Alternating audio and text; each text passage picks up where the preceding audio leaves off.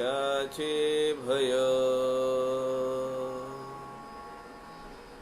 रामा जाईन ज्या स्थळी सुखघना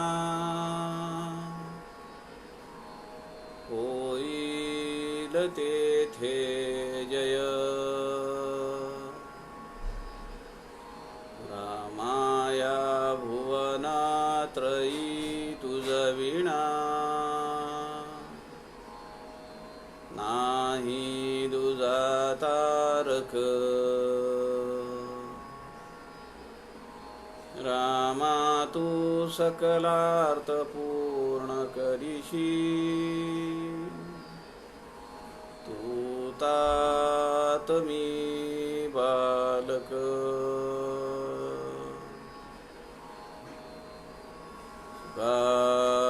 सारिखे पूर्ण वैराग्य ज्याचे वसिष्ठा परिज्ञान योगेश्वराचे कवी वाल्मीकी सारिखा मान्य ऐसा नमस्कार माझा सद्गुरु रामदासा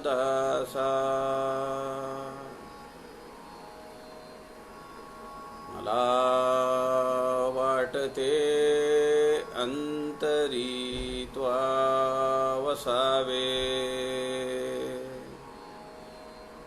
तुझ्या दासबोधासी त्वा बोधवावे अपत्या परी पाजवी प्रेम रसा महाराजया सद्गुरु रामदासा जय जय रघुवीर समर्थ सब संतन की जय।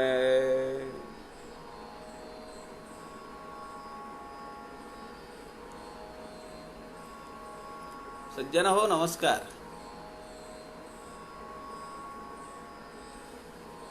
समर्थ रामदास स्वामींच्या ग्रंथराज दासबोध या ग्रंथातील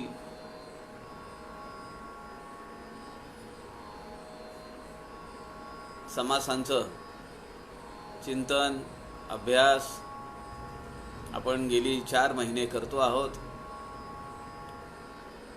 समर्थ वाङ्मयावर आधारित प्रस्थानत्रयी असा विषय आपण अभ्यासासाठी चिंतनासाठी घेतलेला आहे।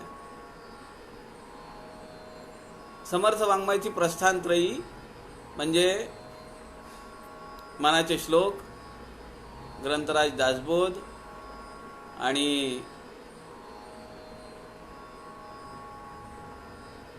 आत्माराम। मनाच्या श्लोकांचा विचार आपण केला,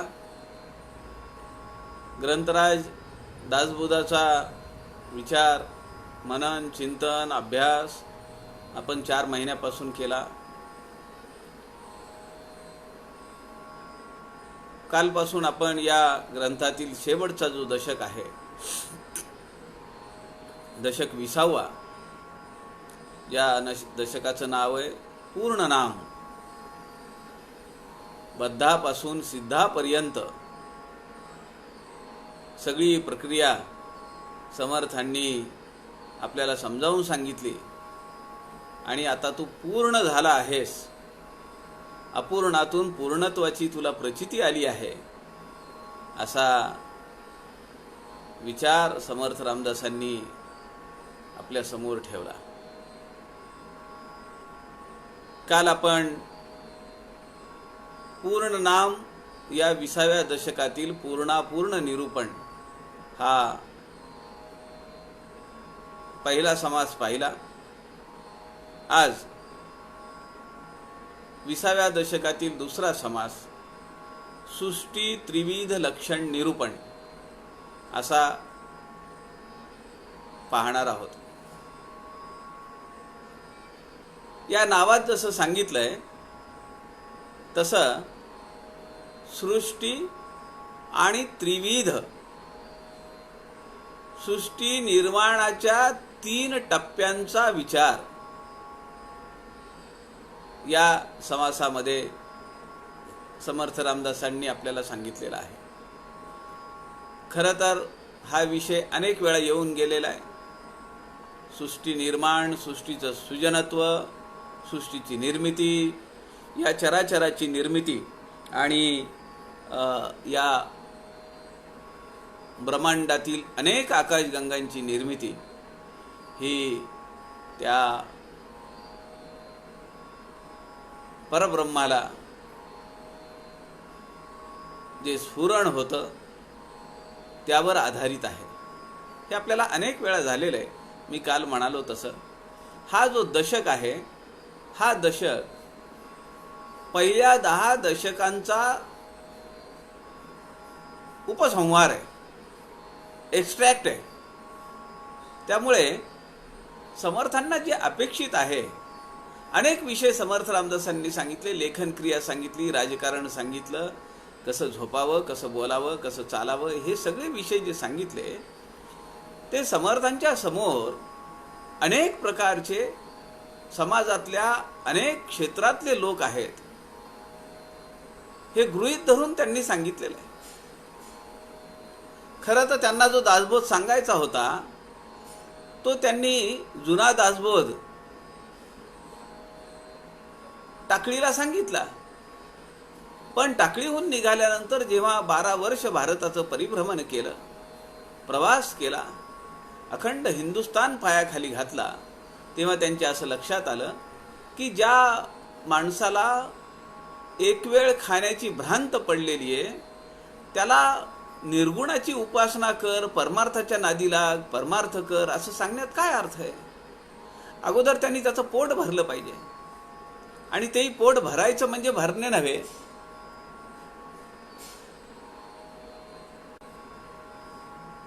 पोट केवळ भरणे नव्हे तर त्यांनी परमवैभव संपन्नता, सगळ्या साधन सुविधा सचित त्यांनी राहिलं पाहिजे, आपलं जीवन व्यतीत केलं पाहिजे. आमच्या कुठल्याही संतांना दारिद्र्यात आपण जन्म घालवावा असं कधीही वाटलेलं नाहीये. अनेक सोहळे, अनेक साधनं आणि वैभव संपन्नता मिळवावी. पण ती कशी मिळवावी? जगद्गुरु तुकाराम महाराजांच्या शब्दात प्रयत्नपूर्वक मिळवावी. जोडोनिया धन उत्तम व्यवहारे, मुंड्या मारून नव्हे. जसं समर्थ सांगतात, नको रे मना द्रव्य ते बुडीरांचे, अतिस्वार्थ बुद्धी. लोकांचं कशाला घ्यायला पाहिजे? नको रे मना द्रव्य ते पुढीलांचे. जोडोनिया धन उत्तम व्यवहारे, चांगल्या व्यवहाराने, शुद्ध व्यवहाराने धन कमवावं आणि त्याचा खर्च करताना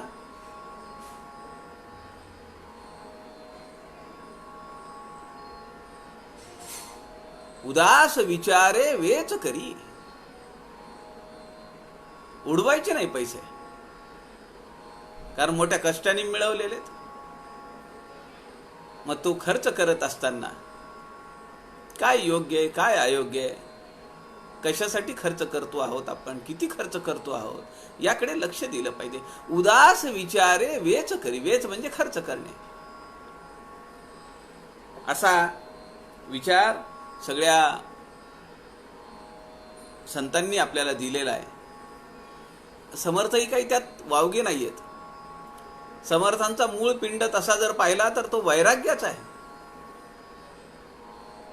समर्थांनी कडोसरीला बांधण्यासाठी सुद्धा काही ठेवलेलं नाहीये.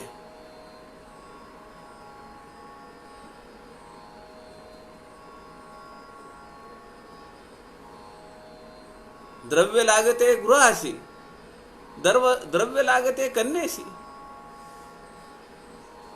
द्रव्य लागते स्त्रियेसी, कष्ट करून मिळवावे का जोगी होऊन जावे.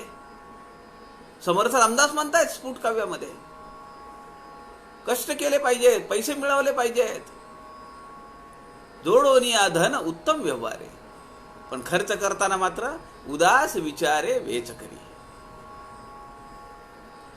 या समासामध्ये सृष्टी त्रिविध लक्षण निरूपण, दशक 20वा, समास दुसरा. समर्थ म्हणतात दृश्य विश्व येतं आणि जातं. आपल्याला माहिती आहे, शारदा स्तवनामध्ये आपण पाहिलं, लीळा विनोदेची मोडी. तिला वाटतं खेळ खेळावा. माझी एक पुतणी आहे, मी तिला पाहतो नेहमी, लहान आहे, खूप खेळ आहेत, 2-3 बास्केट भरलेले. मग कधी बागेतले खेळ असतात, कधी स्वयंपाकघर सजलेलं असतं, कधी एखादा हळदी कुंकवाचा कार्यक्रम असतो, आणि ते सगळं ते मांडलेलं असतं त्यांच्या लहान लहान पोरांनी. ते तास 1.5 तास मनाला वाटेल तेवढं खेळतात, आणि त्यातून त्यांचा कंटाळा आला त्यांना, किंवा त्यात जर काही वितुष्ट आलं की ते सगळे खेळ जे आहेत ज्या पद्धतीनं मांडलेले होते, काढताना मात्र तसं नसतं. ते सगळं एकवटलेलं असतं आणि ते बास्केटमध्ये कोंबलेलं असतं, टाकून दिलेलं असतं. सृष्टीचं निर्माण होताना एक एक घटक असा इव्हॉल्व होत जातो. उत्क्रमण ज्याला म्हणतो आपण. एक घटक नैसर्गिक पद्धतीने इव्हॉल्व होत जातो. पहिला टप्पा, दुसरा टप्पा, तिसरा टप्पा, आणि त्या चक्राप्रमाणे, पद्धतीप्रमाणे, स्टेप बाय स्टेप या सृष्टीचं सृजनत्व होतं. पण जेव्हा मुलं खेळायचं संपतं त्यांचं, किंवा त्यांना कंटाळा येतो, तेव्हा जसा ते सगळं गोळा करतात, तसं ही शारदा ते सगळं गोळा करते. तेव्हा तिचा कुठलाही क्रम नाही आहे. मग सुनामी येईल, भूकंप येईल, ढगफुटी होईल, कडे कोसळतील, कोरोना येईल, काही पण होऊ शकतं. स्वाईन इन्फ्लुएन्झा येईल, एड्सचा प्रादुर्भाव होईल, आणि ते सगळं गोळा केलं जातं. समर्थ म्हणतात दृश्य विश्व येते आणि जाते. सृष्टीमध्ये विविधता आहे, अनेक प्रकार, अनेक रंग, अनेक आकार, आणि ती त्रिगुण मंडित आहे. सत्व, रज, तम या 3 गुणांनी अलंकृत आहे. काय अलंकृत आहे? पंचमहाभूतांचं अलंकीकरण आहे. अगोदर एकत्रीकरण आहे, आणि त्यानंतर या सगळ्या या 3 गुणांनी त्यांचं मंडन होतं. त्यांना ती आभूषणं चढतात, कारण आभूषणं चढल्याशिवाय दिखावा दिसत नाही, मोह निर्माण होत नाही, बरं नाही वाटत पाहायला. समर्थ म्हणतात हे सगळं विश्व चंचल आहे, काल्पनिक आहे, आणि ह्याचे 3 टप्पे समर्थांनी या समासामध्ये आपल्याला सांगितलेत, की त्याच्या मनात आलेल्या परब्रह्माला आलेलं स्फुरण, आणि तिथून सृष्टी म्हणजे अंडज, जारज, स्वेदज, उद्बीज या 4 योनींमधल्या असंख्य जीवांची उत्पत्ती, इथपर्यंत 3 टप्पे आहेत. पहिल्यांदा आपल्याला माहिती आहे की एकोहम बहुश्याम ही कल्पना, ही पहिली अवस्था आहे.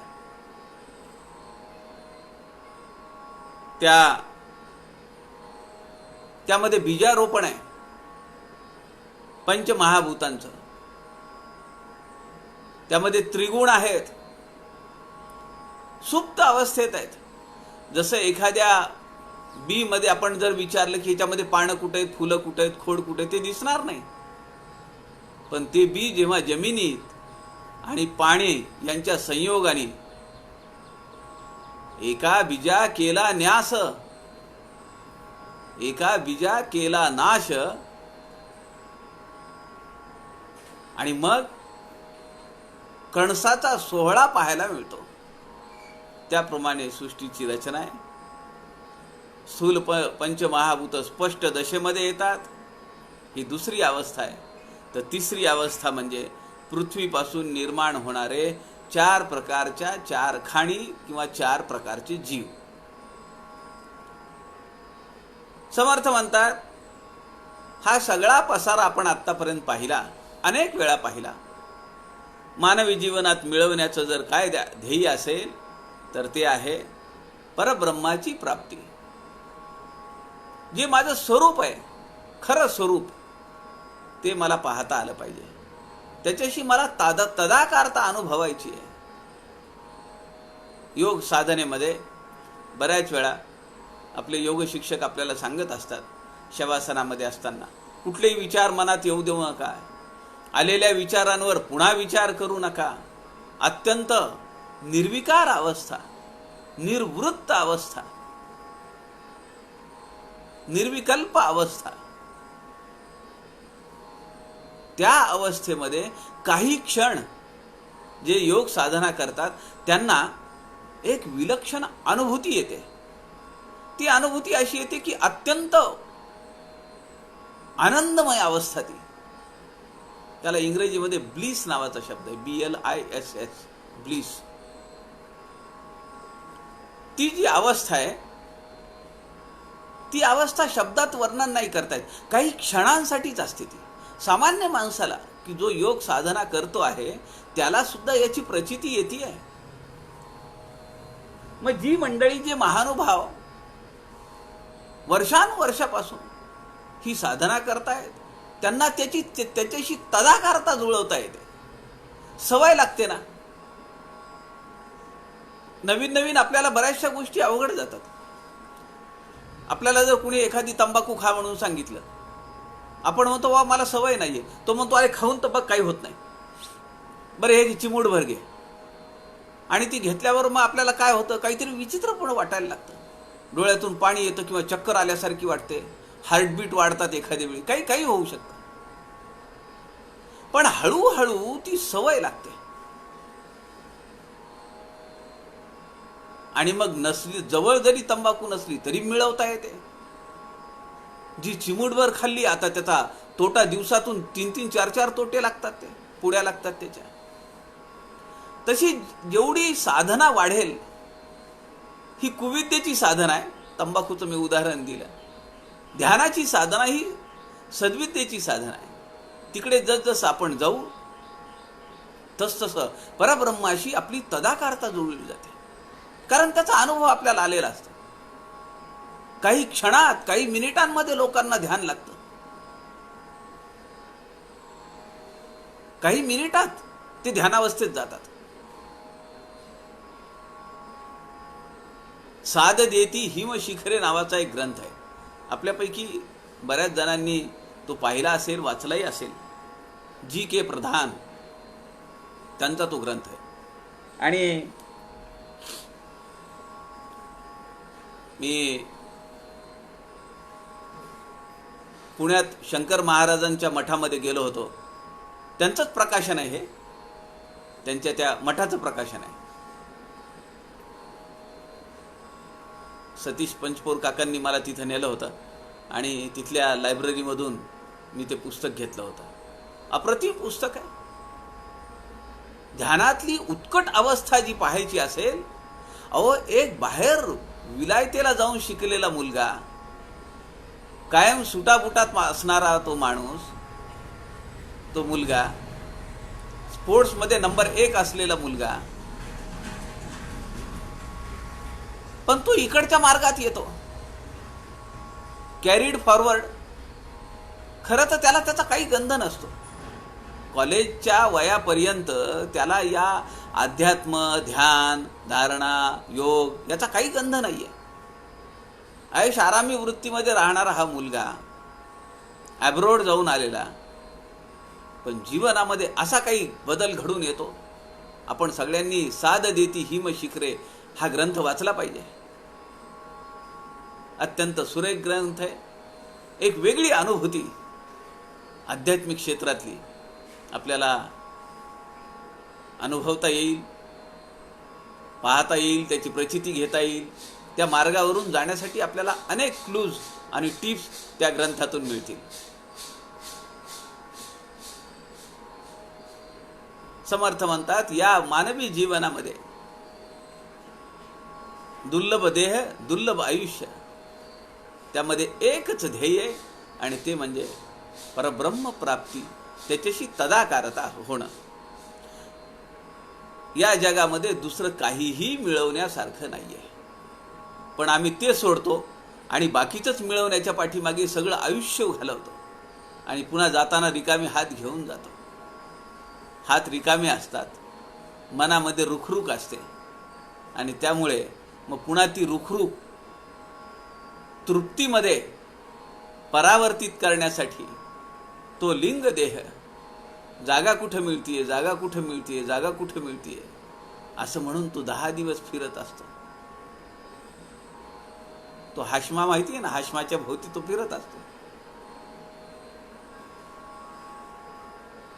समर्थ म्हणतात, हे मिळवण्यासाठी पहिलं जे साधन आहे, मुख्य साधन, ते आहे श्रवण. श्रवणापरते दुसरे साधन नाही. श्रवण, मनन, मनन म्हणजे चिंतन, निधिध्यास. श्रवण केलं ते आमच्या जीवनात आम्हाला उतरवता आलं पाहिजे. आणि निधिध्यास झाल्यानंतर मग रोकडा आत्मसाक्षात्कार, ही 4थी स्टेप आहे. ओवी क्रमांक 9 मध्ये समर्थांनी या श्रवणाचं महत्व आपल्याला सांगितलंय. या समासामध्ये 2 मार्ग समर्थ रामदासांनी सांगितलेले आहेत. या मानवी जीवनातल्या परब्रह्म प्राप्तीसाठी, जी सर्वोच्च प्राप्ती आहे, मानवी देहातून काय मिळवलं पाहिजे, काय प्राप्त करण्यासाठी आपला जन्म झालाय, तर ते परब्रह्मपद. ते मिळवण्यासाठी 2 मार्ग समर्थ रामदासांनी या समासामध्ये सांगितले. शास्त्रामध्ये 4 मार्ग दिलेले आहेत, पण हे 2 मार्ग अत्यंत प्रचलित आहेत. आणि शेवटी समर्थ या समासाच्या शेवटी आधुनिक विज्ञानाचा एक सिद्धांत आपल्या समोर मांडतात, पुनश्च एकदा मांडतात. जीवाची उत्पत्ती होण्यासाठी जीव आवश्यक आहे. नवस सायास करून जीव उत्पन्न नाही होऊ शकत. फार विरळा उदाहरण आहेत अशी, ती काही सामान्य माणसाची नव्हे, पण ग्रंथराज दासबोध मात्र सामान्य लोकांसाठी समर्थ रामदासांनी सांगितलेलं आहे. जीवाची उत्पत्ती व्हायची असेल तर त्या ठिकाणी जीवन पाहिजे, आणि जीवन आपण पाण्यासाठी सुद्धा वापरतो. जीवन हा शब्द आपण पाण्यासाठी वापरतो, आणि म्हणून समर्थ म्हणतात की जीवनाशिवाय जीव जगू शकत नाही. म्हणून आम्ही मंगळावर जातो, चंद्रावर जातो, अनेक उपग्रहांवर जातो आणि तिथं जाऊन पाहतो इथं पाणी आहे का. जर पाणी असेल तर निश्चितपणे जीवसृष्टी तिथं आहे. हा विज्ञानाचा, आधुनिक विज्ञानाचा नियम समर्थ रामदासांनी 350 वर्षापूर्वी सांगितला. याचं मला आश्चर्य वाटतंय.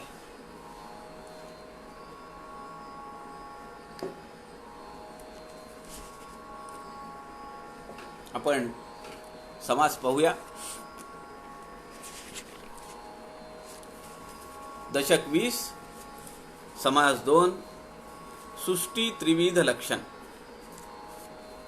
श्रीराम समर्थ श्रीराम. मूळ माया नसता चंचळ, निर्गुण ब्रह्मते निश्चळ. जैसे गगन अंतराळ, चहूकडे श्रीराम. दृश्य आले आणि गेले, परी ते ब्रह्म संचले.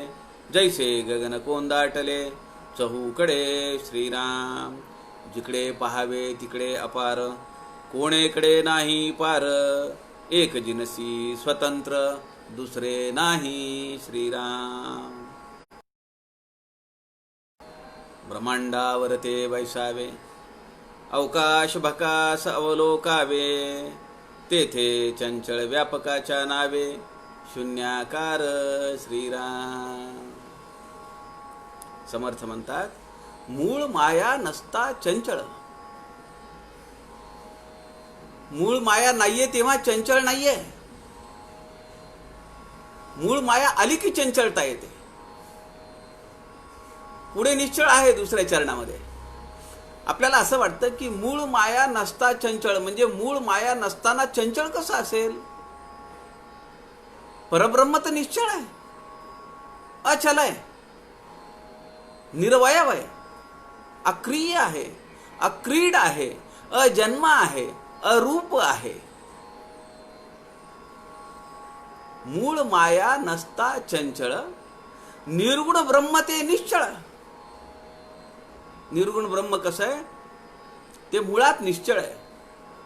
जैसे गगन अंतराळ चहूकडे, ज्याप्रमाणे आकाश आपल्याला दिसतं, सगळीकडे आकाश आहे. पंचमहाभूतांमध्ये सगळ्यात व्यापकता जास्त कुणाला आहे? की जी परब्रह्माच्या समीप आहे, ते आकाश तत्व. सगळी कुठेही जा तुम्ही, आकाश आहे.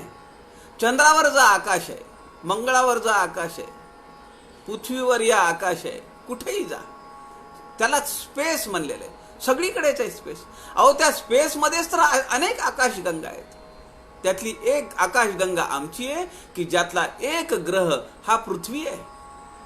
अशा अनेक आकाशगंगा या अवकाशामध्ये आहेत. ते सगळीकडे आहे.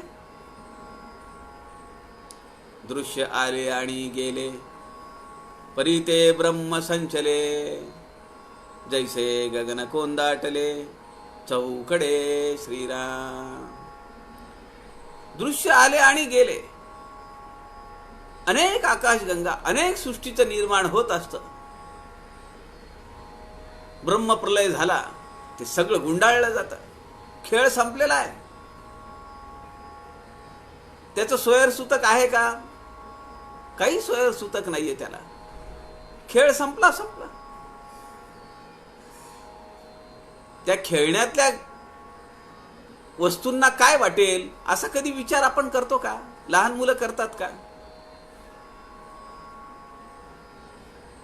दृश्य आले आणि गेले, परी ते ब्रह्म संचले.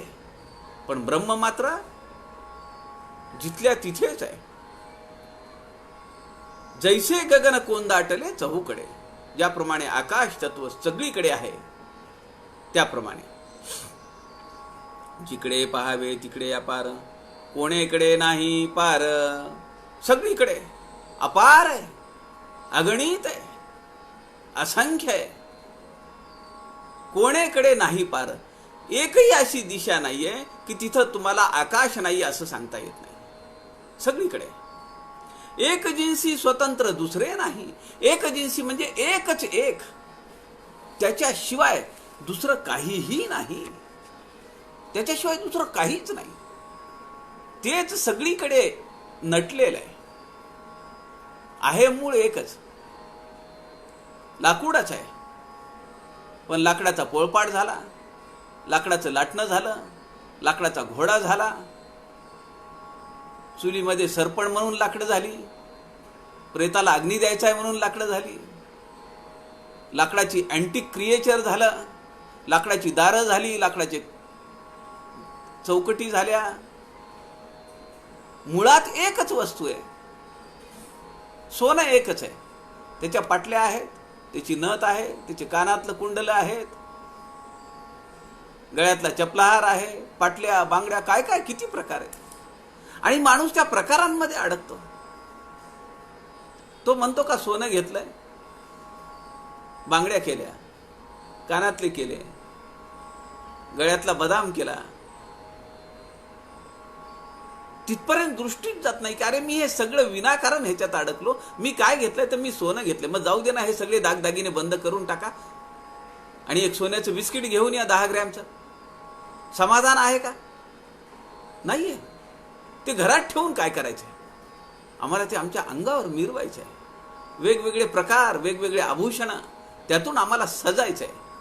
आणि त्यातला आनंद और आहे. तो बिस्किट घरामध्ये ठेवण्यात आनंद नाही येतो. एक जिन्सी स्वतंत्र दुसरं नाही, त्याच्याशिवाय दुसरं काहीही नाही. पण ते अनेकविध रूपामध्ये नटलेलं आहे. आणि त्या नटलेल्या रूपामध्ये आम्ही मोहित होऊन फसलेलो आहोत. त्यातच आम्ही अडकलेलो आहोत. ब्रह्मांडावर ते बैसावे, अवकाश भकास अवलोकावे, तेथे चंचल व्यापकाच्या नावे, शून्याकार श्रीराम.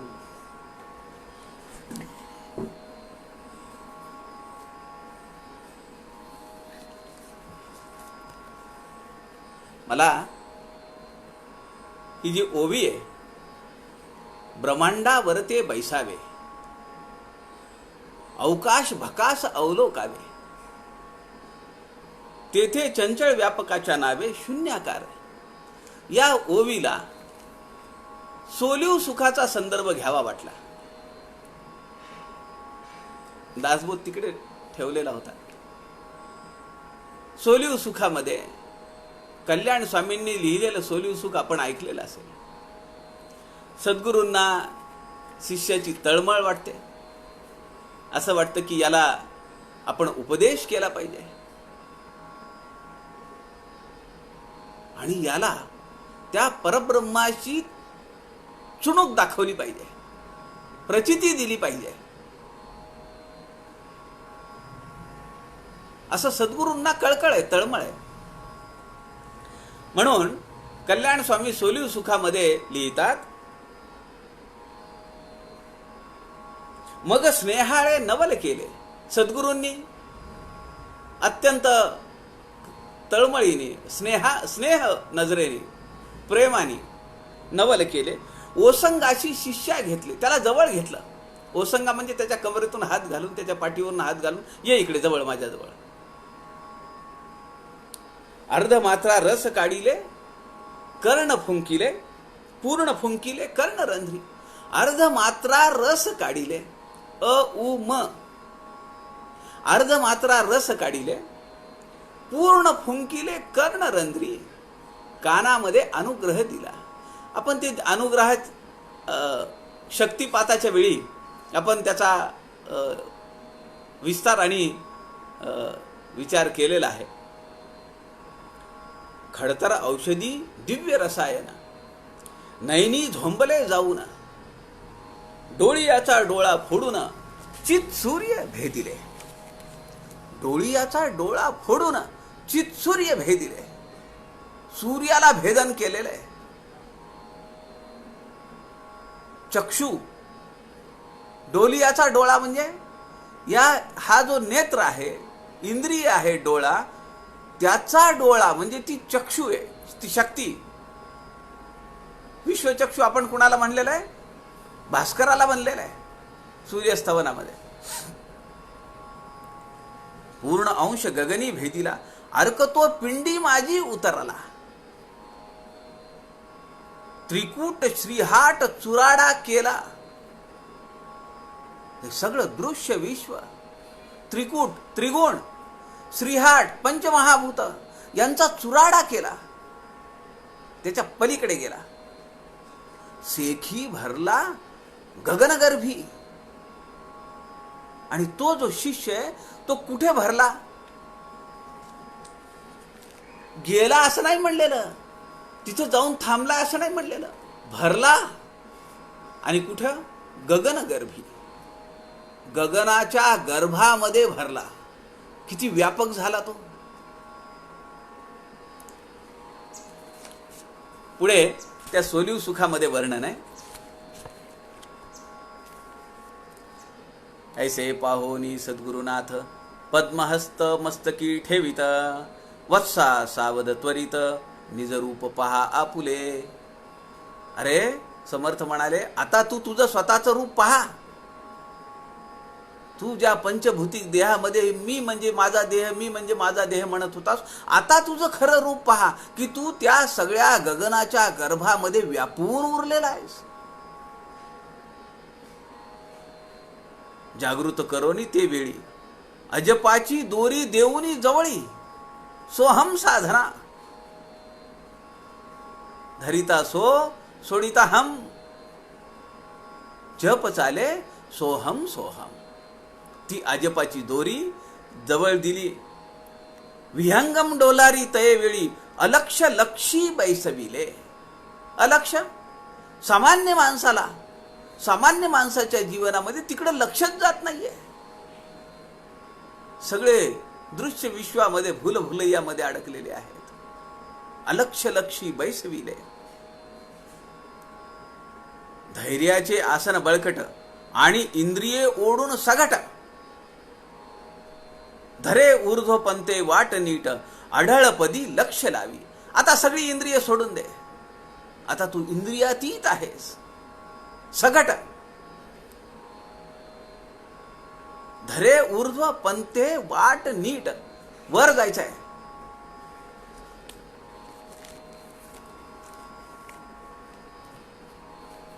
पुढे समर्थ म्हणतात, कल्याण स्वामी म्हणतायत, तय मार्गाची करू नवाळी, प्रथम घंटानादाची नवाळी, दुसरी किंकिनीची मोवाळी, तिसरी अनुहत कोल्हाळ.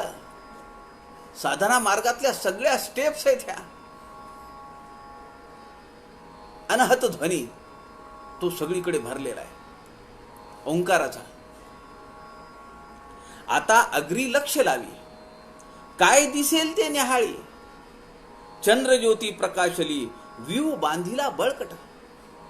ते सुख अंतरी घेऊन पुढे चाल करी संगमी, तेथे विजू ऐसा कामिनी, चमकता ती सुवर्ण रंग. काय दिव्य प्रकाश फाकलेला आहे तो पहा. पुढे कल्याण स्वामी म्हणतायत, अनुभवाची शीग भरली, आग्रापरी उसळली. मला अनुभव आला आणि शीग भरली म्हणजे शिगोशीग भरली. माप भरलेलं आहे, आता त्याच्यात एक दाणा बसत नाहीये, काठोकाठ भरले. त्याला म्हणायचं शीग, आता जागाच नाहीये काही. अनुभवाची शीग भरली, आग्रापरी उसळली, भूमंडळी प्रभा पडली, कर्पूर वर्ण नभ जाहले. आता हा साधक वर बसलेला आहे आणि तो खाली पाहतोय. ती अवस्था समर्थांनी या ओवीमध्ये आणलेली आहे. पुढे कल्याण स्वामी म्हणताय, तया मध्यभागी सघन, अढळपद दैदिप्यमान, उर्वरित ब्रह्म जाण, ध्रुव बैसला आढळते. आता त्याला आढळपद दिलेलं आहे की त्या पदावरून त्याला कुणीही हलवू शकणार नाही. सद्गुरू असं करतात. सद्गुरूंची कृपा झाल्यानंतर काय कमी पडणार आहे. पुढे समर्थ म्हणतायत, आता ते तुझे स्वरूप नेटे ओटे, जेथे समस्त जाणणे आटे. आता काही जाणायचं शिल्लक आहे का, आता काही ज्ञान मिळवायचं शिल्लक आहे का. तेथे जाणणे आटे, आटून गेलं सगळं. ते तुझे स्वरूप नेटे ओटे, ऐके जालासी थिटे, बळकटपणे बलाढ्य. ऐके, आता तू कसा झालास, थिटे, छोटा झालास. ते जे देह आहे तो खाली पडलेला आहे, तो दिसणार पण नाहीये तुला. तू ज्याला माझा माझा मी मी म्हणत होतास तो एकदम संकुचित झालेला आहे. बळकटपणे बलाढ्य तू झालास. आता शेवटी कल्याण स्वामी ती सगळी अनुभूती घेतल्यानंतर खूप सोलिउसुक आपल्याला माहिती आहे, 50 ओव्यांचं काव्य आहे. शेवटी कल्याण स्वामी असं म्हणतात, सुगरणीचा पाक झाला, नभा भाजनी वाढीला, अक्षयपदी सुगरावला, संत जेवती स्वानंदे. अनिर्वाच्य बोल बोलिले. बोलले, बोल पण कसे? अनिर्वाच्य. आता वाचा नाहीये, अनिर्वाच्य. वाचेनी त्याला नाही जाणता येत. वाचा निवर्तन्ते, उपनिषद आपल्याला सांगतात. अनिर्वाच्य बोल बोलिले साधकाचे उपयोगा आले, पण ती अनुभूती साधकाच्या उपयोगाला आली. सिद्ध तरी डोलो लागले, बद्ध मुमुक्षु होता ती, या परते आन नाही बोलणे. श्रीराम दशरथाची आण, एक पत्नी तो सुजाण, आपुले पद दे दासा. हा अत्यंत अर्थपूर्ण असं त्याचा एके दिवशी स्वतंत्रपणे सुखाचा विचार आपण केला पाहिजे. फार वेगळं सुख, वेगळा अनुभव त्यामध्ये आहे. सोलीव सुखाचा अर्थ आहे, आपण केळी पाहतो, केळी खाता येईल का अशी? ती जर सोलली तर ते सुख आहे. शेंगाचे दाणे आहे, टरफल काढली, आता शेंगदाणे, ते सोलीव सुख आहे. समर्थ या ठिकाणी म्हणतात, ब्रह्मांडावर ते वैसावे, अवकाश भकास अवलोकावे. इथं आता आपण त्याचं वर्णन ऐकलंय. तेथे चंचळ व्यापकाच्या नावे शून्याकार. तेथे म्हणजे कुठे? वर, या सगळ्याच्या पलीकडे. भगवंत म्हणतात, माझ्या एका अंशावर जग चाले, सर्व व्यापून तो दशांगुळे उरलेला आहे. सगळं व्यापून टाकलंय त्याने, आणि वर 10 अंगुली उरलेला आहे तो. त्या ठिकाणी चंचल व्यापकाच्या नावे शून्याकार. तिथं कसलं चंचलता आली आहे? परब्रह्म स्वरूप. दृश्य विवेके काढिले, मग परब्रह्म कोंदाटले. कोणाशीच अनुमानले नाही कदा. कोण त्याची, ते काही तर्कात येतं का? ती काही वस्तू आहे का अशी दाखवायला? अशी खूप उदाहरणं आहेत. प्रकाश आपल्याला माहिती आहे, प्रकाश आहे का नाही? आहे. मी जर तुम्हाला म्हणालो की मला दाखवा बरं हातात धरून, दाखवू शकतो का आपण की हा घे प्रकाश? आपल्याला म्हणता येईल, हे घे गहू, हे घे ग्रंथ, हा घे पेन, हा घे व कपडा. प्रकाश दाखवता येईल का? समुद्राच्या काठावर मी गेलो आणि मी जर माझ्या मित्राला म्हणालो, हे काय? तो म्हणेल, हा समुद्र आहे. आणि मी जर त्याला म्हणालो, मला दाखव बरं समुद्र कुठे आहे तुझ्या हाताने, तो वाळू घेईल, पाणी घेईल आणि माझ्या हातात टाकील. मी त्याला समुद्र म्हणेल का? वायूचं सगळं स्तवन, वायुस्तवनामध्ये आपण पाहिलंय. मोठमोठी झाडं पाडतात, अग्नी प्रदीप्त होतो, काय काय करतो. वायू ऐसा कारभारी नाही, समर्थ रामदास म्हणाले. वायू ऐसा कारभारी नाही. पण तो वायू दाखवता येतो का? पण त्याच वायूसाठी, ऑक्सिजनसाठी आज काय आपली विपन्नावस्था आली आहे. ऑक्सिजन लेवल कमी होतीये, श्वास घ्यायला त्रास होतो, आणि काही मिनिटं जर श्वास नाही मिळाला तर मेंदू काम करायचं बंद करतो. रक्तातून मेंदूला श्वास पुरवला जातो, ऑक्सिजन. रक्तामध्ये लाल पेशी ज्या आहेत, रेड ब्लड सेल्स, त्या हे ऑक्सिजन घेऊन जायचं काम करतात. जशी सृष्टी रचते आणि खचते ना, तसंच आपल्या शरीरामधल्या सगळ्या पेशींचं आहे. 120 दिवस राहते लाल रक्तपेशी. आज तिचा जन्म झाला, 120 दिवस साधारणपणे राहते. आणि कुठून जन्म होतो? बोन मॅरो मधून. हाडांमध्ये जी पोकळी आहे, लॉंग बोन्स मध्ये, त्याच्यातून रेड ब्लड सेल्स तयार होत असतात. आणि त्या जर कमी पडल्या तर आम्ही म्हणतो अनिमिया झाला, पंडुरोग झाला, दम लागतोय, श्वास लागतोय.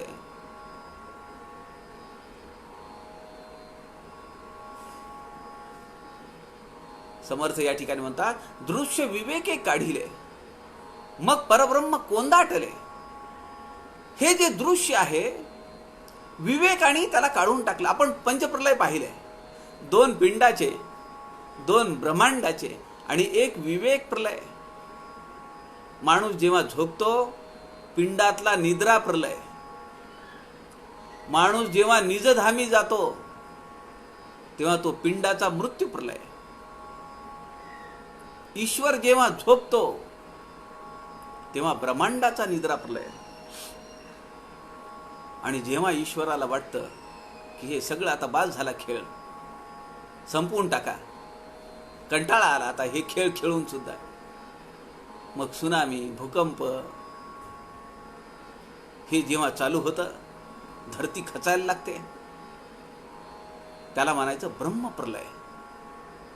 समर्थांनी 5वा प्रलय आम्हाला सांगितला, विवेक प्रलय. विवेकाने हे सगळं संपलंय असं मानायचं, सगळं काढायचं. तनुचतुष्टय, तत्व निरसन, तत्व विवंचना आणि तत्व झाडा, याला समर्थांनी गोड नाव दिलेलं आहे पंचीकरण. सगळ्याच संतांनी त्याला नाव दिलेलं आहे पंचीकरण. हे म्हणजे मी नाही, हे म्हणजे मी नाही, हे म्हणजे मी नाही. मग शेवटी तू आहेस तरी कोण? आणि ज्यांना तू आत्तापर्यंत माझे माझे म्हणत होतास त्यांनी तरी तुला कधी मानलंय का आपलं? या देहाची आपण किती काळजी घेतो जन्मल्यापासून, सारखं त्याला बघत राहतो. थोडी ठेच लागली, थोडा पाय दुखला, थोडं खरचटलं, त्याचा किती पाहू. आपल्या लक्षात आलं पाहिजे एवढा सगळा ग्रंथाचा अभ्यास झाल्यानंतर की यापुढे ते देहाचं दुखणं देह बघून घेईल.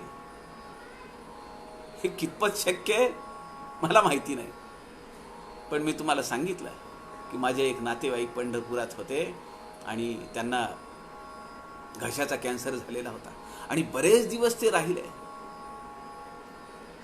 सॉलिड फूड खाता येईना, मग पुन्हा ग्राइंडर मधून काढून मिक्सर मध्ये काढून त्यांना द्यावं लागायचं, ते सुद्धा जाईना. मग ज्यूस, केवळ ज्यूस सुद्धा जाईना. सगळी ती इसोफेगस जी आहे ती सगळी जाम भरली त्या कॅन्सरस टिश्यूने. मग एक ट्यूब लावली इथं पोटाला आणि त्या ट्यूबला फनेल लावायचं आणि त्याच्यातून मध्ये सगळं सोडायचं.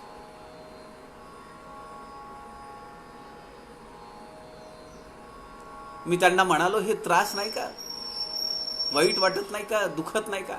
ते म्हणाले, काय अभ्यास कशाला करायचा दासबोधाचा? डोळे खाडकन उघडले माझे.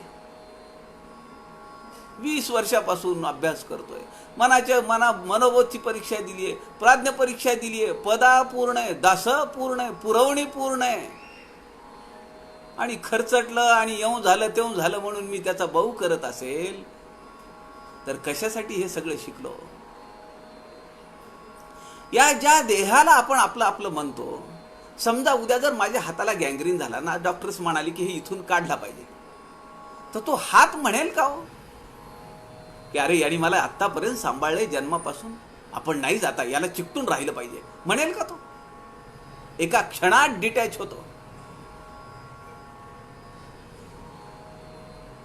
ज्यांना आम्ही आमचे नातलग समजले, जीवलग मित्र मानलं, सखा मानलं, नुसता खोकला आला 4 वेळा तर तो उठून बाजूला जातो. काल माझ्या घरी एक गृहस्थ आले होते आणि ते सांगत होते आणि मला हसायला येत होतं. ते सांगत होते की त्यांच्या घरी त्यांचे एक नातेवाईक आले आणि ते नातेवाईक आजारी होते मागच्या आठवड्यात, हे त्यांना कर्णोपकरणी समजलं. त्यांच्या कुणीतरी सांगितलं, आईनी बायकोनी कुणीतरी सांगितलं की असं असं ताप आला, खोकला झाला, झोपूनच होता तो 4 दिवस. पण असा व्यक्ती तो माझ्या मित्रांच्या घरी गेला आणि माझ्या मित्राचं घर म्हणजे तुम्हाला काय सांगू, म्हणजे मी एकदाच तिथं गेलो आणि कानाला खडा लावला, जोपर्यंत कोरोना पूर्णपणे संपत नाही तोपर्यंत यांच्या घराची सावली सुद्धा पडू द्यायची नाही आपली यांच्या घरावर. त्यांनी सांगितलं मला, त्यांचे ते म्हणाले माणूस मध्ये आला आणि तो जेव्हा बाहेर गेला तेव्हा आम्ही लगेच या कपड्यांनी, की ज्याच्यामध्ये सर्फचं पाणी करून ठेवलेलं आहे, साबणाचा फेस करून ठेवलेला आहे, त्याच्याने त्या गेटला दोन्हीकडून पुसून घेतो. मी म्हणलं पण तुम्ही बाहेर पडता तेव्हा कसं पडता, तुम्ही हात लावत नाही का त्या गेटला? ते म्हणाले नाही. म्हणलं मग? त्यांनी मला लगेच बोटांनी दाखवलं, तिथे एक खिळा होता, त्या खिळ्याला काठी लावलेली आहे. त्या खिळ्याची काठी काढायची आणि पुढे जो वाकडा आकडा झालेला आहे त्याच्याने ती गेट उघडायचा. काही वेळा पाय लावायचा म्हणले, अंगठा लावायचा खाली, हात नाही लावायचा. आता त्यांच्याकडे त्यांचे जे नातेवाईक आले होते ते आजारी होते, हे त्यांना समजलंय की हे मागच्या आठवड्यात आजारी होते, यांना खोकला झाला, सर्दी झाली, ताप होता, 4 दिवस झोपून होते, पण आता ते आले, यांना काही करता येईना. बरं ते बराच वेळ बसले, बसताना ते खोकत होते आणि त्यांनी त्यांचा मास्क पण लावलेला नव्हता. आता मला हे माझे मित्र सांगत होते, मी 2-3 वेळा म्हणाले, माझे वडील पण तिथं बाजूला होते, त्यांना ऐकायला कमी येते, ते त्यांच्याजवळ चाललेत ऐकण्यासाठी आणि ते जोरात बोलायला लागले. तो आलेले नातेवाईक ते सगळं होते, रेसलेस झाले माझे मित्र. ते म्हणाले, मी 2-3 वेळा म्हणालो, अहो फार खोकला झालेला आहे, तुम्ही तुमच्या नाकाला तोंडाला लावा वडिलांना, की जेणेकरून लेकी बोले सुने लागे. वडिलांना सांगितलं तर हे आलेल्या पाहुणा लावील तोंडाला, पण ते काही लावेनात. बरं वडिलांना काही ह्याचं तेवढं हे नाही हो, कोरोना झालाय, कुणाला बोलावं कुणाला बोलू नये. वडिलांच्या समर्थांच्या पठडीतले आली याचे करावे आतिथ्य, प्रत्येकाचं पारपत्य केलं पाहिजे, त्याला विचारलं पाहिजे, चहा घ्या, दूध घ्या, हे घ्या, ते घ्या. ते म्हणाले पाणी द्या त्यांना. मग माझ्या मित्रांनी पाणी दिलं. ते म्हणाले त्यांना चहाचं विचारा. आमच्या मित्रांनी परस्पर सांगितलं नाही, ते चहा घेत नाहीत. ते म्हणाले मग दूध करा. आणि आलेली जी व्यक्ती आहे ती व्यक्ती म्हणाली, बरं ठीक आहे, काय हरकत नाही, दूध करा. आता माझ्या मित्राला काय म्हणजे he was very much restless. आणि ते सगळं ज्या पद्धतीनं मला काल सांगत होते, मला हसायला येत होतं.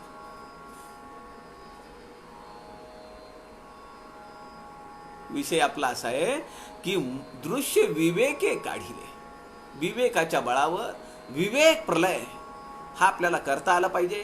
त्यालाच आपण पंचीकरण म्हणलंय, त्यालाच आपण तत्व निरास म्हणलंय, त्यालाच आपण तत्व झाडा म्हणलंय. विवेक आणि तो प्रलय केला, सगळं संपवलं की समर्थ म्हणतात, वर जायची काय गरज आहे, इथंच परब्रह्म कोंदाटले. सगळीकडे तुम्हाला परब्रह्माचं अस्तित्व दिसेल. कोणाशीच अनुमानले नाही कदा की ते परब्रह्म इतर कुणालाही त्याचा तर्क सुद्धा करता आलं नाही, त्याच्या स्वप्नात सुद्धा त्यांनी कधी विचार केला नाही. त्याची अनुभूती तुला मिळेल. अधोर्ध पाहता चौकडे, निर्गुण ब्रह्म जिकडे तिकडे, मन धावेल कोणेकडे, अंत पहावया श्रीराम. अधोर्ध पाहता चहूकडे, यामध्ये आपण आपल्याला एक समास पाहिलेला आहे, अधोर्ध निरूपण. अध म्हणजे खाली, ऊर्ध्व म्हणजे वर. जेव्हा आम्ही कुविद्येच्या वलयामध्ये जातो तेव्हा आमची अधोगती होते. समर्थ म्हणतात, रजस्वलेचा जो विटाळ त्याचा हा झालेला गोळ आहे, आणि तो जेव्हा जन्म घेतो तेव्हा तो अधोगतीला जातो, पुन्हा आयुष्यभर कोहम कोहम कोहम करत तो अधोगतीलाच जातो. जो आईच्या गर्भामध्ये भगवंताची प्रार्थना करत होता, कळवळत होता, तळमळत होता, विनवणी करत होता भगवंताला, मला इथून सोडव, सोहम, मी तुझा आहे, तू माझा आहेस, मग माझ्याकडे बघ, मी पुन्हा इथे येणार नाही. पण बाहेर पडल्याबरोबर अधोगती, खाली उतरतो. समर्थ म्हणतात अधोगती म्हणजे मूळ मायेच्या अलीकडे, आणि ऊर्ध्व अधोर्ध पाहता चौकडे, आणि ऊर्ध्व म्हणजे मूळ मायेच्या पलीकडे वर. निर्गुण ब्रह्म जिकडे तिकडे, मन धावेल कोणेकडे, अंत पहावया. सगळीकडे निर्गुण ब्रह्म आहे, तेच व्यापक आहे, तेच सगळीकडे भरून आहे. आता त्याचा अंत कोण पाहणार? सगळीकडे व्यापक आहे ते, त्याचा अंत कसा लागेल? ते कुठे संपेल? ते असतची असे. ह्या सृष्टी निर्माणाच्या अगोदर ते होतं. सृष्टी आहे तेव्हा ते अनेक रंगामध्ये, अनेक आकारामध्ये ते नटलेलं आहे. आणि जेव्हा प्रलय होतो सगळं संपतं, पण ते जसंच्या तसंच राहतं. माझिया योगे झाले परी म्या नाही केले. जसा सूर्य उदय होतो, सूर्याला वाटतं का माझ्यामुळे सगळे लोक उठले, स्नान करतायत, पूजा करतायत, स्तोत्र म्हणतायत, मुलं अभ्यास करतायत, शेतकरी शेताची कामं करतायत, विद्यार्थी विद्यार्जनाचं काम करतायत. त्याला वाटतं का काही? त्याला तर घेणं न देणं. त्याची आपली परिक्रमा चालू आहे. अहर्निशम सेवामहे. त्याला काही देणं घेणं नाहीये. माझिया योगे झाले परी म्या नाही केले. अशा खूप गोष्टी असतात, कुणाच्या तरी योगाने होत असतात, आणि ते त्याला माहिती नसतं.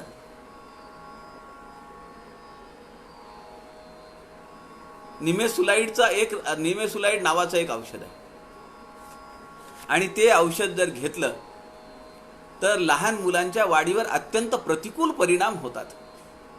म्हणून आपल्या देशामध्ये काही वर्षांपूर्वी निमेसुलाइड आणि पॅरासेटामॉल किंवा निमेसुलाइड आणि दुसरे कॉम्बिनेशनचे जे औषध आहेत ते सगळे बॅन केले सरकारने. खूप वर्षाखालची गोष्ट आहे, एक 50-60 वर्षाखाली.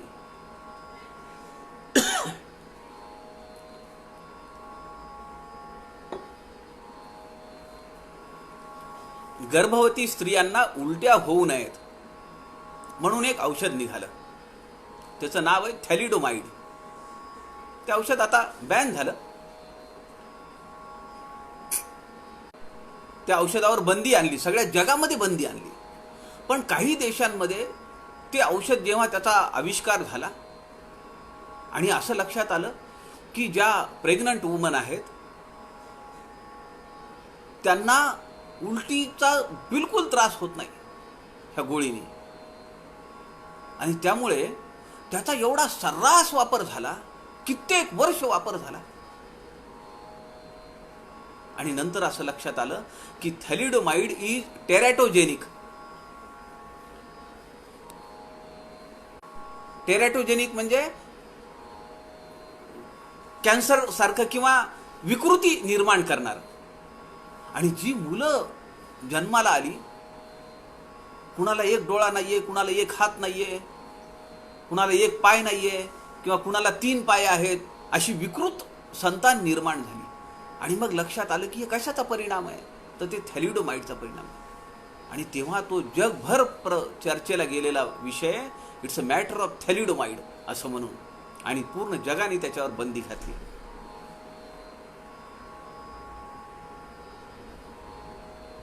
अधोर्ध पाहता चहूकडे, निर्गुण ब्रह्म जिकडे तिकडे, मन धावेल कोणेकडे, अंत पहावया. त्या निर्गुण ब्रह्माला ते सगळीकडे संचलेलं आहे, सगळीकडे व्याप्त झालेला आहे. त्याचा अंत किंवा त्याचा शेवट कसा पाहणार? अंत म्हणजे त्याचा शेवट. का इथं या बरं तुम्ही सगळेजण, इथं ब्रह्म नाहीये, असं नाही होऊ शकत. समर्थ पुढे म्हणतात, दृश्य चळे ब्रह्म चळेना, दृश्य कळे ब्रह्म कळेना, दृश्य आकळे ब्रह्म आकळेना, कल्पनेसी श्रीराम. दृश्य चळे ब्रह्म चळेना. जे जे दृश्य आहे, यद दृष्टम तन्नष्टम. जे जे जे जन्माला आलेला आहे त्याला त्याला मृत्यू आहे, आणि एक एक दिवस तो ऱ्हासाकडे चाललेला आहे. आपल्याला वाटतं का असं की मी एक दिवस मृत्यूच्या समीप आलोय? उलट आम्ही दरवर्षी आमचा वाढदिवस साजरा करतो. लोक बोलावतो, तो केक कापताना फोटो काढतो आणि फेसबुकवर टाकतो.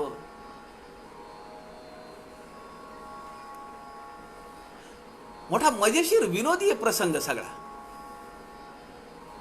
खड्ड्यात जायचंय आणि ती बँड लावून त्याचा सोहळा करून डोळ्यावर कातडं ओढून मृत्यू समोर, मृत्यूच्या पावलो पावली, क्षणाक्षणाला आम्ही मृत्यूच्या जवळ चाललो आहोत. आम्हाला ध्यान आहे का त्याचं? बिलकुल नाही. आम्ही आमच्यात मस्तीत आहेत. दृश्य चळे ब्रह्म चळे ना. यद दृष्टम तन नष्टम. जे जे आकाराला आलेलं आहे ते विनाश पावणार आहे. बरं, ते एकदम विनाश पावतं का? मी 35-40 वर्षाचा असे होतो, ती अवस्था कायम राहते का मृत्यूपर्यंत? नाही. ऱ्हास होत जातो. एका एका दिवसाला त्याचा ऱ्हास होत जातो. लक्षात येत नाहीये. मी आपल्याला मागे उदाहरण दिलं. टाईपरायटर निर्जीव वस्तू आहे, पण ते सांगतं 2 शब्द राहिले का टॉंग आवाज येतो. आता टाईपरायटर आउटडेटेड झाले, पण तो आवाज येत होता का नाही? आम्ही शिकलो त्याला. ABCD semicolon LKJ. टायपिंगच्या परीक्षा आपण सगळ्यांनी दिलेल्या आहेत. ABCD ते बोट बसलेली आहेत आपली. पण कागद आणि ते इकडे तिकडे बघत करत आपल्याला टाईप करत असताना ती घंटी वाजायची, टांग. निर्जीव वस्तू सुद्धा सांगते इथं संपलंय, आता पुढे जाऊ नका. मग सजीव देह सुद्धा आम्हाला सांगतो जास्त गमजा करू नको. आता तुझे गुडघे दुखतायत, आता तुला चष्मा लावल्याशिवाय दिसत नाहीये, कानात यंत्र घातल्याशिवाय ऐकायला येत नाहीये, खुर्चीवर बसल्याशिवाय बसता येत नाहीये, कमोड शिवाय होत नाही. हे सगळं सांगतं आम्हाला.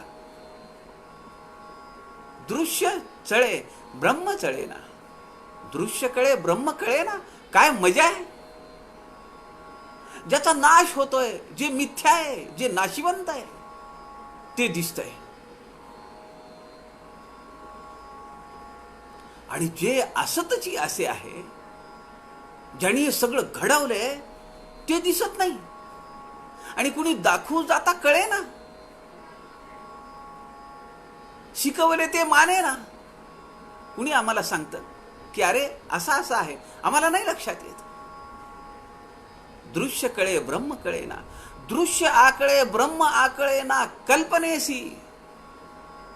कारण आमची कल्पना चुकीची आहे. समर्थांनी एका ठिकाणी फार सुरेख वर्णन केलंय कल्पनेचं. तिला जसं वळवावं, कल्पनेचे एक बरे, मोहरताची मोहरे. तिला जिकडे लावावं ती तिकडे लागते, जिकडे नादी लावलं तिकडे लागते म्हणाले. खरंय का नाही? आम्ही एखाद्या वस्तूच्या मागे लागलो का तिकडे सगळं 24 तास ध्यान तेच. मुलाचं लग्न करायचं, मग मुलीचा शोध आहे, मग 24 तास डोक्यात तेच. आज BCच्या पार्टीत जायचे, तिथं काढावा का विषय. आज नातेवाईकाशी फोनवर बोलताना संध्याकाळी त्यांच्याकडे काढावा का विषय, मित्रांमध्ये काढावा का विषय. सारखं ध्यान एकच. सून आणायची, सून आणायची, सून आणायची. सून येते, थोडे दिवस आनंद, नंतर तिच्या आवडी निवडी. तिला सगळंच पडतं असं नाही. मग ती उत्कंठ आता आहे का? आता नाहीये. समर्थ म्हणतात दृश्य आकळे ब्रह्म आकळे ना कल्पनेसी. म्हणून निर्विकल्प झालं पाहिजे. कल्पना नाही, उपमा नाही, निर्विकल्प, निर्वृत्ती अवस्था. कुठलाही विचार नाही, कुठलाही संकल्प नाही, विचार नाही, कृती तर लांब राहिली. कल्पना म्हणजे काही ब्रह्म दाटले ठाईच्या ठाई, वाक्यार्थ विवरत जाई म्हणजे बरे श्रीराम.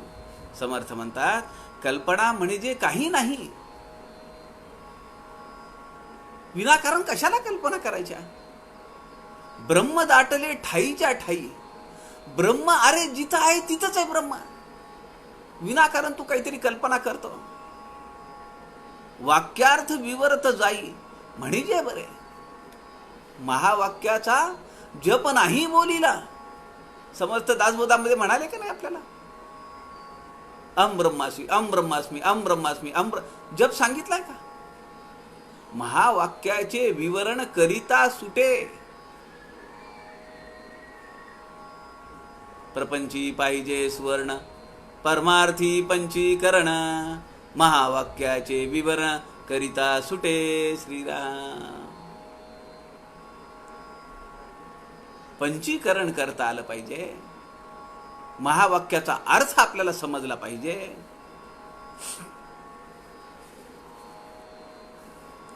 आपल्याला माहिती आहे 4 वेद आहेत आणि 4 वेदांनी सांगितलेली वाक्य आहेत. अहम ब्रह्मास्मी, तत्वमसी, अयनात्मा ब्रह्म आणि प्रज्ञानम ब्रह्म. प्रज्ञानम ब्रह्म, आत्मज्ञान हेच ब्रह्म आहे. तत्वमसी, ते ईश्वर चैतन्य तूच आहेस. अहम ब्रह्मास्मी, मीच ब्रह्म आहे. 4 वाक्यांचा अर्थ एकच आहे.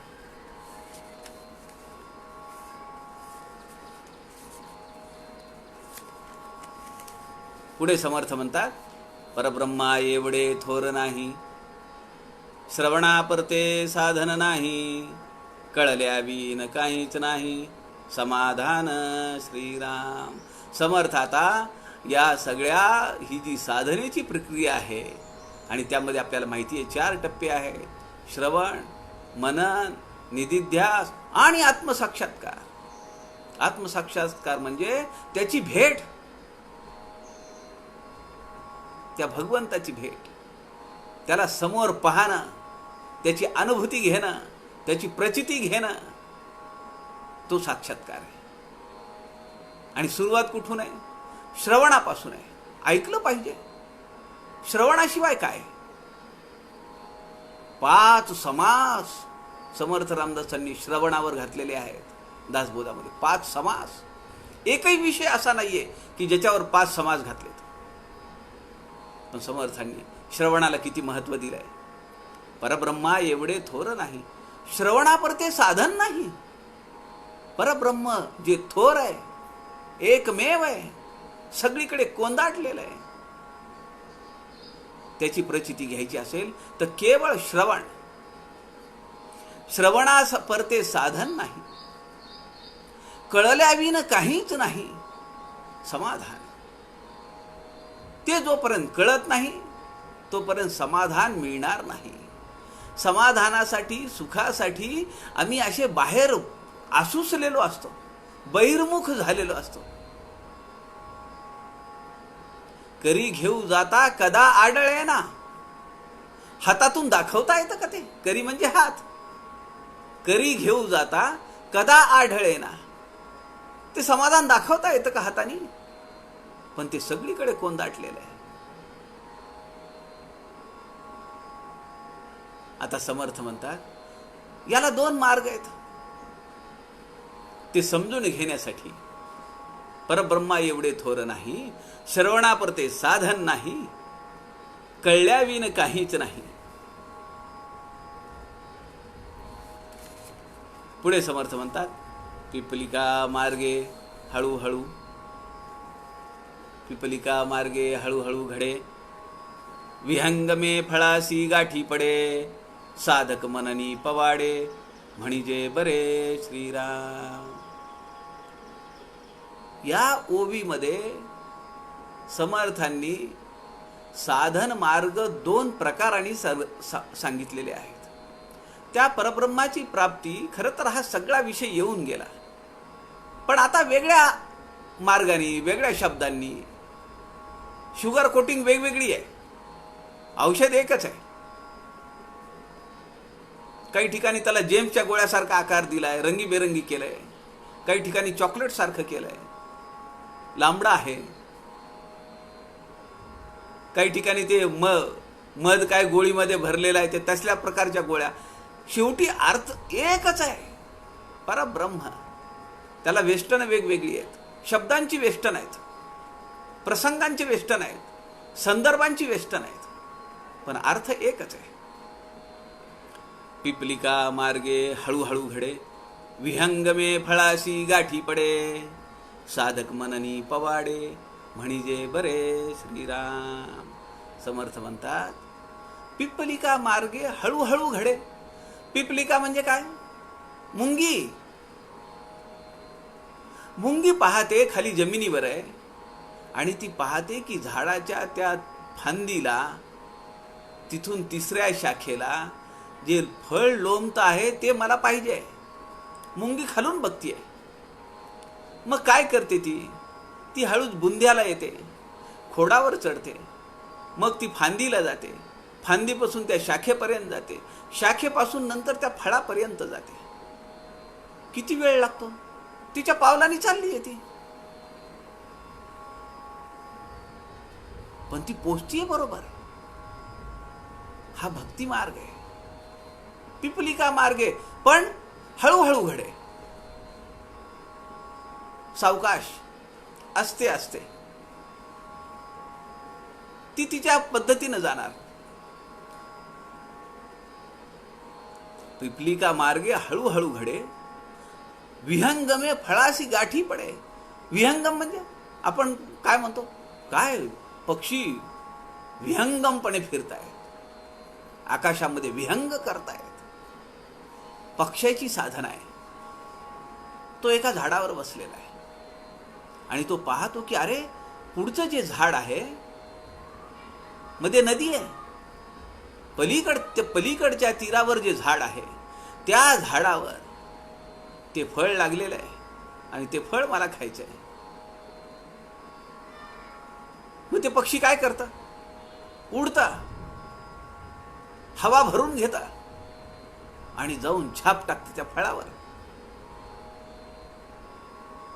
आणि ते फळ हस्तगत करतात. परब्रह्माला हस्तगत करण्यासाठी दोन मार्ग आहेत. एक पिपलिका मार्गे, मुंगीचा मार्ग, दृष्टांत दिलेला, त्याला नाव आहे भक्ती मार्ग. भगवंताची भक्ती करणे. जो विभक्त नाही तो भक्त. आणि दुसरा मार्ग आहे विहंगम मार्ग, त्याचा दृष्टांत आहे पक्षी, त्याला नाव आहे ज्ञान मार्ग. भगवंताचं स्वरूप नक्की आहे कसं? तो कुठे आहे? कसा आहे? तो त्यांनी काय केलंय? देव आणि देवाचे कर्तृत्व कळला पाहिजे अभिप्राव. हा ज्ञान मार्ग आहे. भक्ती मार्ग, त्याची सगुण पूजा बांधा. मला जे आवडतंय ते मी त्याला द्यावं, नवविधा भक्ती करावी, त्याच्याबद्दल ऐकत राहावं, खूप ऐकावं, त्याचं नामसंकीर्तन घ्यावं, त्याच्या लीलांचं वर्णन ऐकावं, त्याच्या गुणांचं वर्णन ऐकावं, त्याचं चरित्र ऐकावं. हरी अनंत कथा, हरी अनंता, त्याच्या त्या सगळ्या कथा ऐकत बसाव्या, त्यात रममाण व्हावं. श्रवण झालं की मग कीर्तन करावं. जे मला समजले ते मी इतरांना सांगावं. जे तुके काही आपणाशी ठावे ते हळूहळू शिकवावे. शहाणे करून सोडावे बहुत जन कीर्तन. श्रवणम कीर्तनम विष्णू स्मरणम नामस्मरण. अखंड नाम साधना.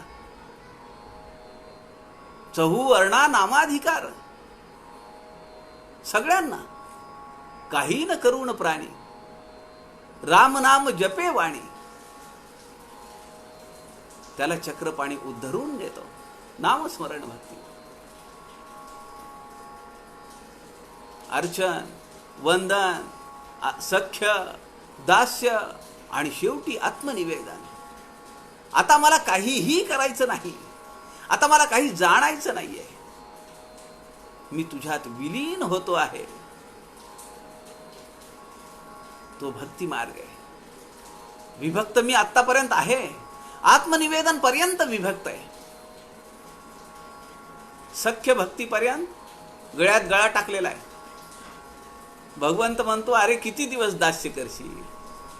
अरे तू आता माझा मित्र आहेस, माझा सखा आहेस. कुठे बसलास माझ्या पायाजवळ, चल उठ. आणि भगवंत आपल्या गळ्यात हात टाकतो. ती सख्य भक्ती आहे. आणि सख्याच्या नंतर त्यांनी एकदा आपल्या गळ्यात हात टाकल्यानंतर आपण त्याच्या चालीनं चालतो. तो बोलत राहतो, आपण फक्त ऐकत राहतो. आपण काहीच करत नाही.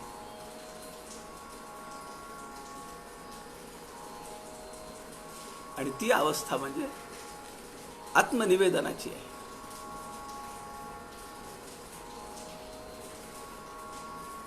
समर्थ म्हणतात, पिपीलिका मार्गे हळूहळू घडे,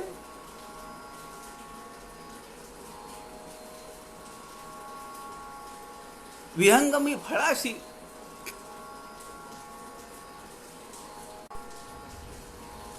विहंगमे फळाशी गाठी पडे, साधक मननी पवाडे. म्हणजे बरे, साधक मननी पवाडे, मनानी त्याच्या पलीकडे जातो.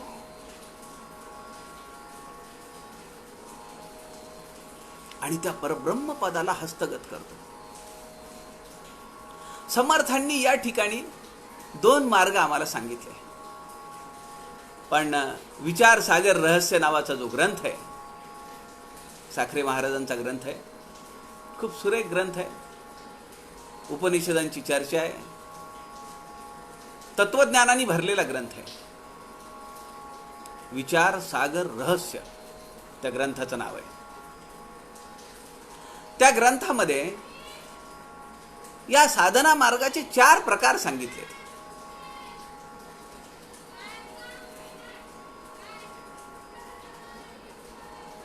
4 प्रकार सांगितले. 2 प्रकार आपण आता पाहिलेले. एक पिपीलिका मार्ग, मुंगी मार्ग. दुसरा पक्षी विहंगम मार्ग. तिसरा जो मार्ग सांगितलाय तर तो आहे कपी मार्ग. कपी म्हणजे वानर. बघा, आमच्या संतांची एवढी आमच्यावर अलोट कृपा आहे. आणि काय म्हणजे या जगामध्ये या 4 मार्गांशिवाय दुसरा मार्ग नाहीये. आणि निसर्गामध्ये राहिलेलं असल्यामुळे हे सगळं त्यांच्या लक्षात येतं. म्हणून आपण निसर्गाच्या जवळ जायला पाहिजे. कृत्रिमपणा नको. जेवढं आपण निसर्गाच्या जवळ जाऊ तेवढं जास्त समाधान आहे. सिमेंटची जंगलं उभारली, रस्ते सिमेंटचे, काय अवस्था आली आज आपली. धावपट्टी करतोय, धाव धाव करतोय. 8 पदरी मार्ग, jumbo jet, bullet train, metro train. 6 महिने होऊन गेले. आज तरी वाटतं का 1-2 महिन्यांनी ठीक होईल? दासबोध, सखोल अभ्यास, साधना सप्ताह आम्ही ज्याची तयारी वर्षभर करत असतो. 31 ऑक्टोबर पासून शिवथरघडीमध्ये कोजागिरी पौर्णिमेपासून दरवर्षीप्रमाणे होणारा साधना सप्ताह पुढे ढकलावा लागतोय. पण साधना सप्ताह तर झाला पाहिजे. त्याशिवाय साधकाची तळमळ कशी शांत होईल? म्हणून तो आता 10 फेब्रुवारीला ठरवलाय. 10 फेब्रुवारी 2021. तोपर्यंत शक्यच नाही. पण असं वाटतं की समर्थांची कृपा आहे आणि तोपर्यंत सगळं आलबेल होईल. विनाकारण प्रसंगानुसार वर्तावे, समयासारिखा समयो येना, पुरुषे हटनिग्रही न पडावे. समर्थ रामदासांनी उत्तम पुरुष निरूपणात सांगितलं ना आम्हाला. हट्ट करू नये. जायचंय, काय होईल ते होईल असं म्हणून चालेल. हटनिग्रही न पडावे, समयो सारखा समयो येना. असा प्रसंग सारखा सारखा येत नाही. आणि सर्व विषयी सावधपण कशासाठी सांगितलं? मुख्य हरिकथा निरूपण. घडीत जायला पाहिजे, हरिकथा करायला पाहिजे, दासबोधाचं श्रवण केलं पाहिजे, वाचन केलं पाहिजे, त्यावर विवेचन ऐकलं पाहिजे. मुख्य हरिकथा निरूपण. दुसरे ते राजकारण सगळ्यांना घेऊन जायला पाहिजे. पण आता या सध्याच्या परिस्थितीमध्ये साधकाला जरी वाटत असेल, मला बऱ्याच जणांनी सांगितलं आमची इच्छा आहे, काय व्हायचं ते होईल, समर्थ बघून येतील. पण त्यांच्या मुलांचे नातवांचे फोन आले, अहो नका ना असं करू. दुसरे ते राजकारण, तिसरे सावधपण सर्व विषयी. सावध नको आम्ही. एवढ्या वेळा विवेक शब्द घेतला, कशासाठी घेतला? समर्थ कपाळावर हात मारून घेतील ना. म्हणून आता या परिस्थितीमध्ये साधना सप्ताह जो कोजागिरीपासून होणार होता 31 ऑक्टोबर पासून, तो आता 10 फेब्रुवारी 2021 पासून चालू होईल. 2 मार्ग आपल्याला समर्थांनी सांगितले, 2 मार्ग घेऊया आणि मग आज थांबूया आपण. तिसरा जो मार्ग आहे संतांनी सांगितलेला, तो कपी मार्ग आहे. वानर काय करतं, एका झाडावर बसलेलं आहे आणि मध्ये नदी आहे. जसं पक्ष्यांनी पाहिलं तसं वानरांनी पाहिलं. त्या पलीकडच्या तीरावर एक झाड आहे आणि त्याला फळ लागलेलं आहे. ते फळ मला खायचं आहे, त्याची प्राप्ती मला पाहिजे. पक्षासारखं वानर उडून जाऊन डायरेक्ट त्या फळावर अटॅक करतं का? नाही करत. कपी मार्ग ते काय करतं, इकडे तिकडे बघतं, झाडावरून जमिनीवर उडी मारतं, धावत धावत त्या झाडापर्यंत जातं, त्या झाडाच्या खोडावर चढतं, फांदीवर चढतं, ह्या फांदीवरून त्या फांदीवर, त्या फांदीवरून त्या फांदीवर ते उड्या मारतं आणि मग त्या शाखेपर्यंत जातो आणि त्या फळाला हस्तगत करतं. हा कपी मार्ग आहे. चौथा मार्ग आहे मीन मार्ग. मीन म्हणजे मासा. तुम्ही कधी तुमच्या घरी ॲक्वेरियम असेल किंवा ज्यांच्याकडे ॲक्वेरियम आहे, मी मुळात वेटरनरी डॉक्टर आहे आणि हे असं पाहिलेलं म्हणून अधिकाराने सांगतो, त्यामुळे संशय घ्यायचं कारण नाही. अहो मी काय सांगतो हे समर्थांनी आणि सगळ्या संतांनी सांगून ठेवलेलं आहे, त्यावर संदेह कसा घ्यायचा आपण, प्रश्नचिन्ह कसं घ्यायचं आपण त्याच्यावर. मासा जो असतो ना, तर तो काय करतो, त्याला जेव्हा पाणी प्यायचं आहे, त्याला जेव्हा पाणी प्यायचं आहे तेव्हा तो एकदम उलटी उडी मारतो, पाण्यात जातो, पाणी पितो आणि पुन्हा पोहायला चालू करतो. म्हणजे जायचं एका दिशेला चाललोय, पोहत पोहत पोहत पोहत निघालो, एकदम उडी मारतो उलट्या दिशेनं, विपरीत दिशेनं उडी मारतो, पाणी पितो आणि पुन्हा मार्गक्रमण करतो. त्याची इच्छा काय? त्याला फळ खायचं नाहीये, त्याला पाण्यातला ऑक्सिजन घ्यायचा आहे. पाणी पिल्याशिवाय त्याला ते ऑक्सिजन मिळणार नाही, म्हणून तो विपरीत दिशेनं उडी मारतो आणि एकदम व्यवहार सोडतो, त्याचा जो रेग्युलर चालू येतो, विपरीत वागतो आणि तो पाणी पितो. तो परब्रह्म प्राप्ती आहे. मुंगी पिपलिका मार्गे हळूहळू घडे, पक्षी विहंगम मार्गे ज्ञान मार्गे. कपी मार्ग उड्या मारत मारत मारत टप्पे घेत घेत घेत तिथपर्यंत जाणे. आणि मीन मार्ग जो आहे तो चालता चालता एकदम विपरीत काहीतरी करायचा. ठाकूरांच्या आयुष्यातले अनेक प्रसंग हे या मीन मार्गातला आपल्याला साक्षात्कार देणारे आहेत. रामकृष्ण परमहंसांच्या समर्थ म्हणतात, पिपिलिका मार्गे हळूहळू घडे, विहंगमे फळासी गाठी पडे, साधक मननी पवाडे म्हणजे बरे, परब्रह्मासारिके दुसरे काहीच नाही खरे, निंदा आणि स्तुती उत्तरे परब्रह्मी नाही. आता परब्रह्माला निंदा लागते का? स्तुतीने तो मोठा होतो का? त्याला मान मिळतो का? त्याला वाईट वाटतं का? त्याचा अपमान होतो का? हे सगळं आपण उद्याच्या दुपारी 2 वाजता चालू होणाऱ्या सत्रामध्ये पाहूया. आपल्या सगळ्यांच्या हृदयस्थ परमेश्वरास नमस्कार करतो. झालेली सेवा समर्थांच्या चरणी अर्पण करतो. जय जय रघुवीर समर्थ।